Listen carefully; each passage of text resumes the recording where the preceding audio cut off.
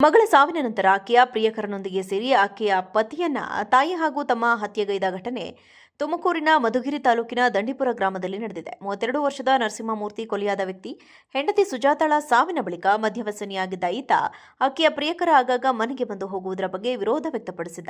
ಇದನ್ನೇ ನೆಪವಾಗಿಸಿಕೊಂಡ ಸುಜಾತಾಳ ತಾಯಿ ತಮ್ಮ ಹಾಗೂ ಪ್ರಿಯಕರ ನರಸಿಂಹಮೂರ್ತಿಯನ್ನ ಕೊಲೆಗೈದಿದ್ದಾರೆ ಎಂದು ಮೃತನ ಕುಟುಂಬದವರು ಆರೋಪಿಸಿದ್ದಾರೆ. ಈ ಹಿನ್ನೆಲೆ ಕೋಡಿಗೇನಹಳ್ಳಿ ಪೊಲೀಸರು ಮೂವರನ್ನ ಬಂಧಿಸಿದ್ದಾರೆ. ಕೆಲ ವರ್ಷಗಳ ಹಿಂದೆ ನರಸಿಂಹಮೂರ್ತಿ ಸುಜಾತಾಳನ್ನ ಪ್ರೀತಿಸಿ ಕುಟುಂಬದವರ ಒಪ್ಪಿಗೆ ಪಡೆದು ವಿವಾಹವಾಗಿದ್ದ. ಮದುವೆಯ ನಂತರ ಸುಜಾತಾ ಗಾರ್ಮೆಂಟ್ಸ್ ಉದ್ಯೋಗಕ್ಕೆ ಸೇರಿದ್ದಳು. ವೇಳೆ ಆಕೆಗೆ ಅಮರ್ ಎಂಬ ಯುವಕ ಪರಿಚಯವಾಗಿದ್ದ. ನಂತರ ಅವರಿಬ್ಬರ ಪರಿಚಯ ಅಕ್ರಮ ಸಂಬಂಧಕ್ಕೆ ತಿರುಗಿತ್ತು. ಇದೇ ಸಮಯದಲ್ಲಿ ಸುಜಾತಾ ಒಂದು ಗಂಡು ಮಗುವಿಗೂ ಜನ್ಮ ಕೊಟ್ಟಿದ್ದಳು. ಆದರೆ ಅನಾರೋಗ್ಯದಿಂದ ಕೆಲವು ತಿಂಗಳ ಹಿಂದೆ ಸುಜಾತಾ ಸಾವನ್ನಪ್ಪಿದ್ದಳು. ಪತ್ನಿಯನ್ನು ಕಳೆದುಕೊಂಡು ದುಃಖದಲ್ಲಿ ನರಸಿಂಹಮೂರ್ತಿ ಕುಡಿತದ ದಾಸನಾಗಿದ್ದ. ಮತ್ತೊಂದೆಡೆ ಸುಜಾತಾಳ ಗಂಡು ಮಗು ತನ್ನದೆಂದು ಭಾವಿಸಿದ್ದ ಅಮರ್ ಆಘಾತ ಆಕೆಯ ಮನೆಗೆ ಬಂದು ಹೋಗ್ತಾ ಇದ್ದ. ಹೀಗೆ ಅಮರ್ಗೂ ಸುಜಾತಾಳ ತಾಯಿ ಜಯಮ್ಮ ಹಾಗೂ ಸಹೋದರ ನಂದೀಶ್ಗೂ ಉತ್ತಮ ಸ್ನೇಹ ಬೆಳೆದಿತ್ತು. ಪದೇ ಪದೇ ಅಮರ್ ಮನೆಗೆ ಭೇಟಿ ನೀಡುತ್ತಿದ್ದನ್ನ ನರಸಿಂಹಮೂರ್ತಿ ಗಮನಿಸಿದ್ದಲ್ಲದೆ ಜಯಮಾಳ ಜೊತೆ ಇದೇ ವಿಷಯಕ್ಕೆ ಜಗಳವನ್ನ ಆಡಿದ್ದ. ಈ ಜಗಳದ ಬಗ್ಗೆ ಅಮರ್ಗೆ ತಿಳಿಸಿದ ಜಯಮ್ಮ ತನ್ನ ಮಗ ನಂದೀಶ್ ಜೊತೆ ಸೇರಿ ಕೊಲೆ ಸಂಚು ರೂಪಿಸಿದ್ದಾನೆಂದು ಆರೋಪ. ಮಗಳ ಸಾವಿನ ನಂತರ ಆಕೆಯ ಪ್ರಿಯಕರನೊಂದಿಗೆ ಸೇರಿ ಆಕೆಯ ಪತಿಯನ್ನ ತಾಯಿ ಹಾಗೂ ತಮ್ಮ ಹತ್ಯೆಗೈದ ಘಟನೆ ತುಮಕೂರಿನ ಮಧುಗಿರಿ ತಾಲೂಕಿನ ದಂಡಿಪುರ ಗ್ರಾಮದಲ್ಲಿ ನಡೆದಿದೆ. 32 ವರ್ಷದ ನರಸಿಂಹಮೂರ್ತಿ ಕೊಲೆಯಾದ ವ್ಯಕ್ತಿ ಹೆಂಡತಿ ಸುಜಾತಾಳ ಸಾವಿನ ಬಳಿಕ ಮಧ್ಯವಸನಿಯಾಗಿದ್ದ ಈತ ಆಕೆಯ ಪ್ರಿಯಕರ ಆಗಾಗ ಮನೆಗೆ ಬಂದು ಹೋಗುವುದರ ಬಗ್ಗೆ ವಿರೋಧ ವ್ಯಕ್ತಪಡಿಸಿದ್ದ. ಇದನ್ನೇ ನೆಪವಾಗಿಸಿಕೊಂಡ ಸುಜಾತಾಳ ತಾಯಿ ತಮ್ಮ ಹಾಗೂ ಪ್ರಿಯಕರ ನರಸಿಂಹಮೂರ್ತಿಯನ್ನ ಕೊಲೆಗೈದಿದ್ದಾರೆ ಎಂದು ಮೃತನ ಕುಟುಂಬದವರು ಆರೋಪಿಸಿದ್ದಾರೆ.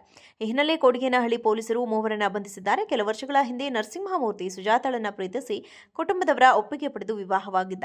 ಮದುವೆಯ ನಂತರ ಸುಜಾತಾ ಗಾರ್ಮೆಂಟ್ಸ್ ಉದ್ಯೋಗಕ್ಕೆ ಸೇರಿದ್ದಳು. ವೇಳೆ ಆಕೆಗೆ ಅಮರ್ ಎಂಬ ಯುವಕ ಪರಿಚಯವಾಗಿದ್ದ. ನಂತರ ಅವರಿಬ್ಬರ ಪರಿಚಯ ಅಕ್ರಮ ಸಂಬಂಧಕ್ಕೆ ತಿರುಗಿತ್ತು. ಇದೇ ಸಮಯದಲ್ಲಿ ಸುಜಾತಾ ಒಂದು ಗಂಡು ಮಗುವಿಗೂ ಜನ್ಮ ಕೊಟ್ಟಿದ್ದಳು. ಆದರೆ ಅನಾರೋಗ್ಯದಿಂದ ಕೆಲವು ತಿಂಗಳ ಹಿಂದೆ ಸುಜಾತಾ ಸಾವನ್ನಪ್ಪಿದ್ದಳು. ಪತ್ನಿಯನ್ನು ಕಳೆದುಕೊಂಡು ದುಃಖದಲ್ಲಿ ನರಸಿಂಹಮೂರ್ತಿ ಕುಡಿತದ ದಾಸನಾಗಿದ್ದ. ಮತ್ತೊಂದೆಡೆ ಸುಜಾತಾಳ ಗಂಡು ಮಗು ತನ್ನದೆಂದು ಭಾವಿಸಿದ್ದ ಅಮರ್ ಆಘಾತ ಆಕೆಯ ಮನೆಗೆ ಬಂದು ಹೋಗ್ತಾ ಇದ್ದ. ಹೀಗೆ ಅಮರ್ಗೂ ಸುಜಾತಾಳ ತಾಯಿ ಜಯಮ್ಮ ಹಾಗೂ ಸಹೋದರ ನಂದೀಶ್ಗೂ ಉತ್ತಮ ಸ್ನೇಹ ಬೆಳೆದಿತ್ತು. ಪದೇ ಪದೇ ಅಮರ್ ಮನೆಗೆ ಭೇಟಿ ನೀಡುತ್ತಿದ್ದನ್ನ ನರಸಿಂಹಮೂರ್ತಿ ಗಮನಿಸಿದ್ದಲ್ಲದೆ ಜಯಮಾಳ ಜೊತೆ ಇದೇ ವಿಷಯಕ್ಕೆ ಜಗಳವನ್ನ ಆಡಿದ್ದ.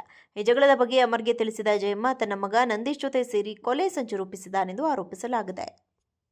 ಮಗಳ ಸಾವಿನ ನಂತರ ಆಕೆಯ ಪ್ರಿಯಕರನೊಂದಿಗೆ ಸೇರಿ ಆಕೆಯ ಪತಿಯನ್ನ ತಾಯಿ ಹಾಗೂ ತಮ್ಮ ಹತ್ಯೆಗೈದ ಘಟನೆ ತುಮಕೂರಿನ ಮಧುಗಿರಿ ತಾಲೂಕಿನ ದಂಡಿಪುರ ಗ್ರಾಮದಲ್ಲಿ ನಡೆದಿದೆ. 32 ವರ್ಷದ ನರಸಿಂಹಮೂರ್ತಿ ಕೊಲೆಯಾದ ವ್ಯಕ್ತಿ ಹೆಂಡತಿ ಸುಜಾತಾಳ ಸಾವಿನ ಬಳಿಕ ಮಧ್ಯವಸನಿಯಾಗಿದ್ದ ಈತ ಆಕೆಯ ಪ್ರಿಯಕರ ಆಗಾಗ ಮನೆಗೆ ಬಂದು ಹೋಗುವುದರ ಬಗ್ಗೆ ವಿರೋಧ ವ್ಯಕ್ತಪಡಿಸಿದ್ದ.